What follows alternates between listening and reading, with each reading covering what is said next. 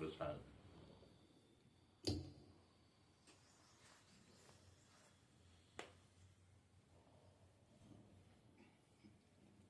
हर एक को दुख के पीछे आनंद मिलने वाला है।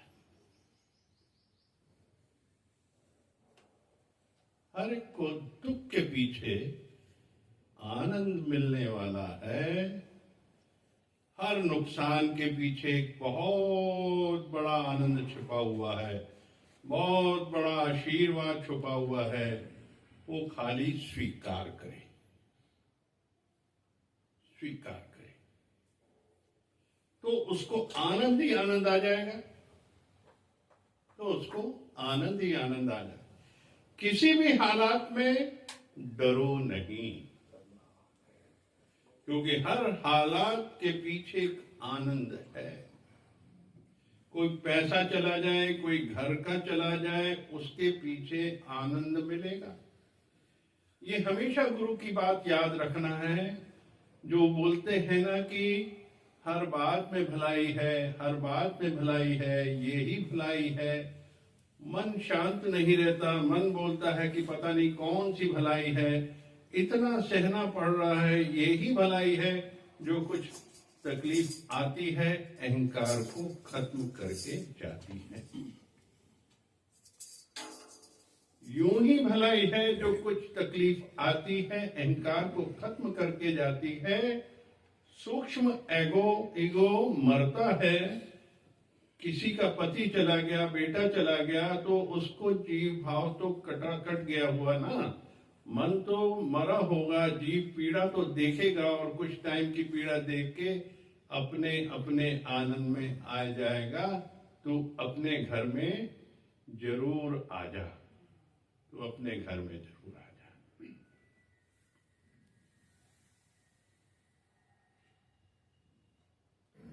हर एक जीव जो सृष्टि में आया है, कोई ना कोई कारण है। शरीर मिला है, कोई ना कोई कारण है। शरीर मिलना यानी कि कर्म बाकी है, हमारे कर्म बाकी हैं, जो कल्पों से जन्मों से चले आ रहे हैं। जीव भाव बना हुआ है, जीवात्मा आ रही है, शरीर धारण करती है, अपना जीवन जीती है, चली जाती है, और हम अपने कर्म से कर्मातीत नहीं हो पाते, तो फिर शरीर मिल जाता है। किसी का जीवन पैदा होते ही नहीं है। कोई 10 साल है, कोई 20 साल है, कोई 50 साल है, कोई 70 साल है, 80 साल, 90 साल गिनते हम जिंदगी को, शरीर चला जाता उसके बाद। हर एक कर्म से बंधा हुआ हर एक जीव प्राणी। मेरे जितने कर्म यहां होंगे मैं उतने समय तक यहां रहूंगा, वरना इसके बाद मेरी ट्रांसफर हो जाएगी, कहीं और हो जाएगी जहां मेरे कर्म बाकी हैं। इसीलिए कहते हैं ना कि पति चला गया, जवान बेटा चला गया, तो कर्म से कर्मातीत करके चला गया। जितने कर्म उसके साथ थे वो हमने, हमारा लेन देन हुआ, उसके बाद वो अपने घर वापसी है। कोई कह रहे भगवान घर वापस आ जा, तुझे घर वापस आना है, कर्म से कर्मातीत होके घर वापस आना है। सारी व्यवस्थाएं बनी हुई हैं ब्रह्मांड के अंदर। Picture is set. कौन किस समय जाएगा ये सब सेट है, कैसे जाएगा ये भी सेट है। इसलिए कभी भी दुखी नहीं होना। उसका कोई कारण है, वो चला गया है, तुझे किसी और रास्ते मोड़ के गया, यानी वैराग्य पैदा किया। जब तक वैराग्य नहीं आएगा तब तक तुम सत्संग और गुरु के मार्ग पे आना आसान नहीं है। वैराग्य के बाद ही जीव चलता है इस तरफ, परमात्मा की तरफ, ध्यान की तरफ, ज्ञान की तरफ। वरना वो ऐश्वर्य को ईश्वर मानते हुए अपना जीवन गुजारता है कि मेरे को तो सब कुछ दिया है, मैं तो यही मेरे लिए है सब कुछ, बस मैं क्यों ईश्वर को याद करूं, ऐश्वर्य को करूं।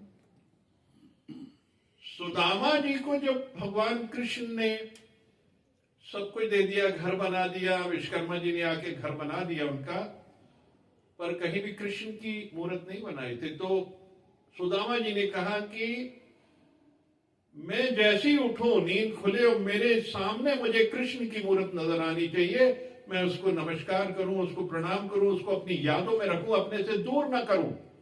क्योंकि जो धन दौलत ऐश्वर्य जो है ये परमात्मा से दूर ले जाता है। क्योंकि बहुत लंबी फकीरी और गरीबी के बाद सुदामा जी के परिवार में ये सारी चीजें आई थी, क्योंकि उनका ब्रह्म ज्ञानी थे, कोई ना कोई कारण था उसका, इस वजह से ये हुआ था। तो अब जब विश्वकर्मा जी ने मकान बना दिए, घर बना दिए, दूसरों को भी इससे ईर्ष्या ना हो। देखिए, दूसरों को भी ईर्ष्या नहीं होनी चाहिए, वरना वो भी तंग करती है। तो उसने उस गांव के सारे मकान विश्वकर्मा जी को कहा कि सबसे पहले ये मकान बनाओ, फिर मेरा मकान बनाना। उनके पास भी वही सब कुछ होना चाहिए जो मेरे पास। तो समता हो गई, वननेस। देखिए, एक हमको उनसे जो सीख लेनी वननेस की करनी है, दूसरा परमात्मा को याद करने के लिए नहीं। अगर परमात्मा को भूलोगे तो बार बार गिरेंगे, परमात्मा के रास्ते से उतरोगे तो बार बार गिरोगे।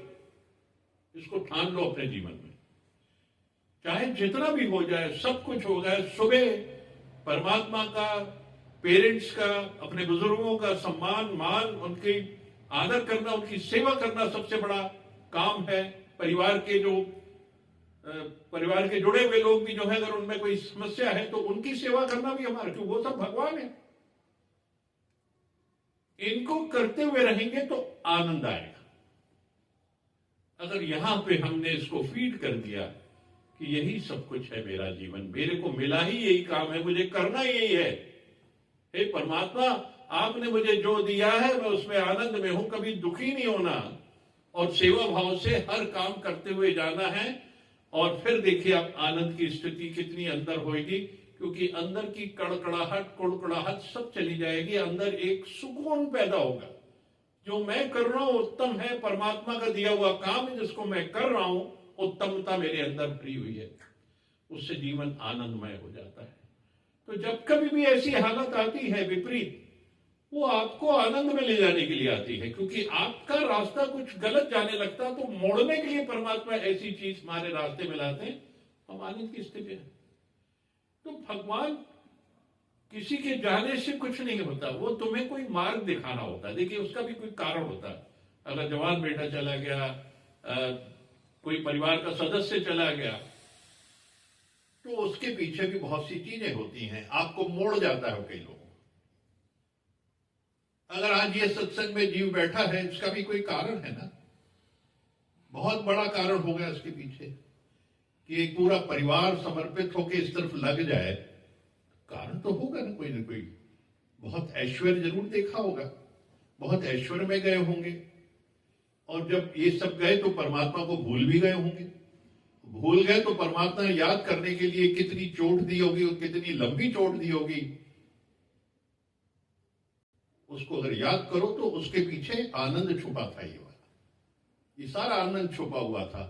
इतने लोगों का समन्वय, इतने लोगों का जुड़ना, ये तय था इस आदमी को जाके वो सब करना था, इसलिए वो सब हुआ, इसलिए होता है वो चीज। इसलिए आज फिर भी याद करते हैं, कहते शुक्राना प्रभु, आपने सही मार्ग पे डाल दिया, आपका बहुत बहुत शुक्रिया कि इतना प्रेम मिला है, इतना सब कुछ मिल रहा है, वो कितना भरपूर है, परमात्मा से भरी हुई ओत प्रोत सारी प्याली रोज सवेरे सवेरे से मिल जाती है, इतनी सारी कि इसका आनंद की तो कोई सीमाएं नहीं है, आकलन नहीं है इसका। उस ऐश्वर्य से जो ये ईश्वर है, महान है, उत्तम है, अति उत्तम है। बहुत सी चीजें हैं। साईं भगवान की जीवनी की भी एक फाइल आई है, वो भी कभी कभी पढ़ेंगे हम, जो उन्होंने किस तरीके से अपना जीवन इस तरफ जोड़ा, परमात्मा के गुरु की तरफ। घर में जरूर कोई ना कोई एक सदस्य होता होगा जो इस तरफ चलता होगा, उसकी वजह से दूसरे में इंड्यूस होती है चीजें, फिर आगे बढ़ती है, उसमें शायद और ज्यादा तत्व होता तो और आगे बढ़ता। ऐसी बहुत सारी चीजें हैं। पेरेंटल डीएनए में भी होता है कि बहुत समर्पित होते हैं पेरेंट्स, जब इस तरफ उनका ध्यान सेवा भाव में, भक्ति में रहता है, वो जरूर कोई ना कोई अंश ट्रेवल करते करते करते आगे बढ़ता जाता है और चीजें बढ़ती जाती हैं। तो ये सारी परिस्थितियों को अगर हम लिंक करते हैं, होती दुख भरी है, पर उसके बाद जो आनंद और सुख और उसकी अनुभूति होती है, पूर्णता की अनुभूति, पूर्णता, जीवन को पूर्ण समझता है जो जीव, यहाँ पूर्णता लगती है, संपूर्णता लगती है, उसके दिए हुए जीवन के बार बार ग्रेटिट्यूड, शुक्राने निकलते हैं। तूने कितना अच्छा जीवन दिया परमात्मा, तेरा लाख लाख शुक्र है कि कम से कम ये हाथ उठें तो दुआ के लिए उठें, किसी के लिए ये नजरें उठें तो किसी को खुश करने के लिए उठें, ऐसा जीवन दिया। तो अब ये कैसे आता है? उस दुख के बाद ही आया। वो जो दुख कभी एक्सप्लेन नहीं किया जा सकता, उसको सिर्फ एहसास और महसूस किया जा सकता है, और जो जानते हैं वो समझ सकते हैं उस चीज को कि कैसा रहा होगा। तो ये सब चीजें आज की वाणी के अंदर जो दर्शाती हैं, तो कभी भी दुख में दुखी ना हो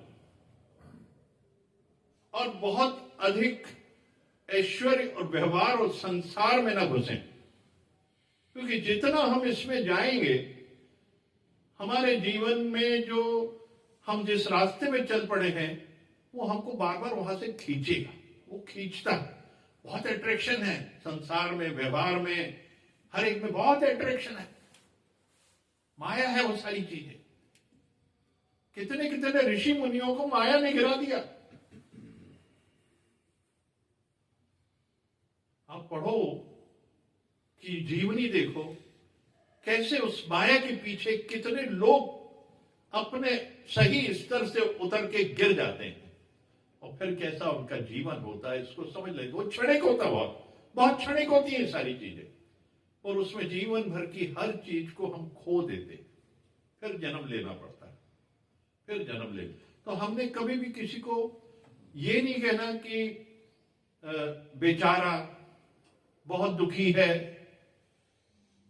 कभी नहीं। उसके लिए ब्लेसिंग करना है कि परमात्मा इसका जैसा जीवन है, इसको जो उचित हो इसे प्रदान करे, और ये भी आनंद में रहे, मौज में रहे परमात्मा। और मैं अपने अच्छे जितने भी चीजें मैं इसको समर्पित करता हूं। मेरे जो क्रेडिट्स हैं, जो मैंने आज आध्यात्म में पाया है, मैं इसको समर्पित करता हूं। हमारा तो ये मार्ग होना चाहिए, हर एक के लिए, हर जीव के लिए, हर संसार की हर वस्तु के लिए। छुप छुप छुप के नमन करना है, छुप छुप के नमन करना है, गुरुओं की सेवा करनी है, भक्ति करनी है, प्रेम करना है। ये अपने जीवन के सारे हम अपना जीवन बना लें ऐसा, तो परमात्मा तो कहाँ दूर है, तो पास खड़ा है, हमारे साथ है, उसको मानते हुए चले, वही जीवन है। ओम ओम हरि ओम।